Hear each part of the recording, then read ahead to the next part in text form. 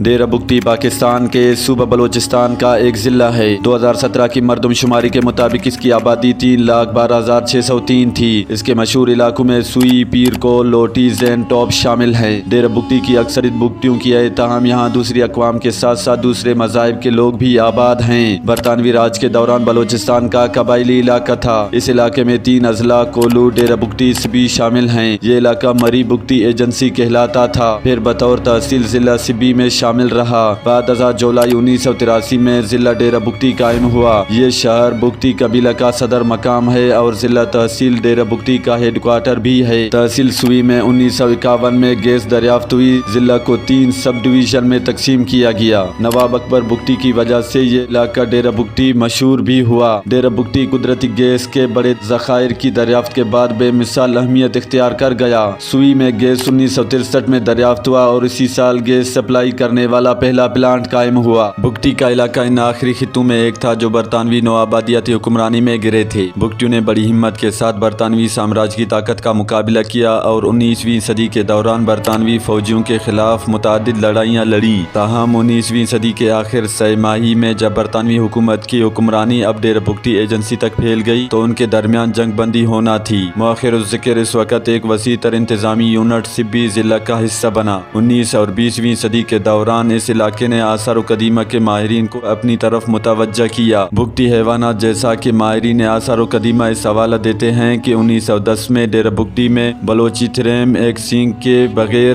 گینڈے کی ہڈیاں ملنے پر ان کا سب سے مرکزی پہیلی کا ٹکڑا پیش کیا گیا۔ دیگر دلچسپ دریافتوں میں 7 میٹر لمبے سانپ، مگرمچھ، مچھلی، کچھوے کے ایک بڑے خول کے فوسلز شامل ہیں جن کی عمر 63 ملین سال بتائی جا رہی ہے۔ برصغیر پاک ہند میں برطانوی نوآبادیاتی دوران ڈیرہ بگٹی برطانوی راج کے تحت آیا۔ انگریزوں نے اس علاقے پر اپنا انتظامی کنٹرول قائم کیا، اکثر قبائلی رہنماؤں کے ذریعے کام کرتے تھے۔ خاص طور پر بگٹی قبیلے کو اس دوران اہمیت حاصل ہوئی۔ بگٹی سرداروں کو برطانوی ولی عہد سے وفاداری کے بدلے کچھ مراعات خود مختاری دی گئی۔ ڈیرہ کا مطلب مسکن اور بگٹی ایک رند بلوچ قبیلے کا نام ہے۔ بگٹی ایک عجیب و غریب قبیلہ ہے جو اپنی بہادری کی وجہ سے جانا جاتا ہے۔ یہ 16ویں صدی کے مشہور بلوچ سردار میر چاکر خان کے کزن گیاندر کے رشتہ داروں اور پیروکاروں کی اولاد ہیں۔ ایڈورڈ جی ایلیور نے 1990 میں بلوچوں کے بارے میں لکھا تھا کہ جنگ کو ایک شریف آدمی کا پہلا کاروبار سمجھا جاتا ہے اور ہر بلوچ شریف آدمی ہے۔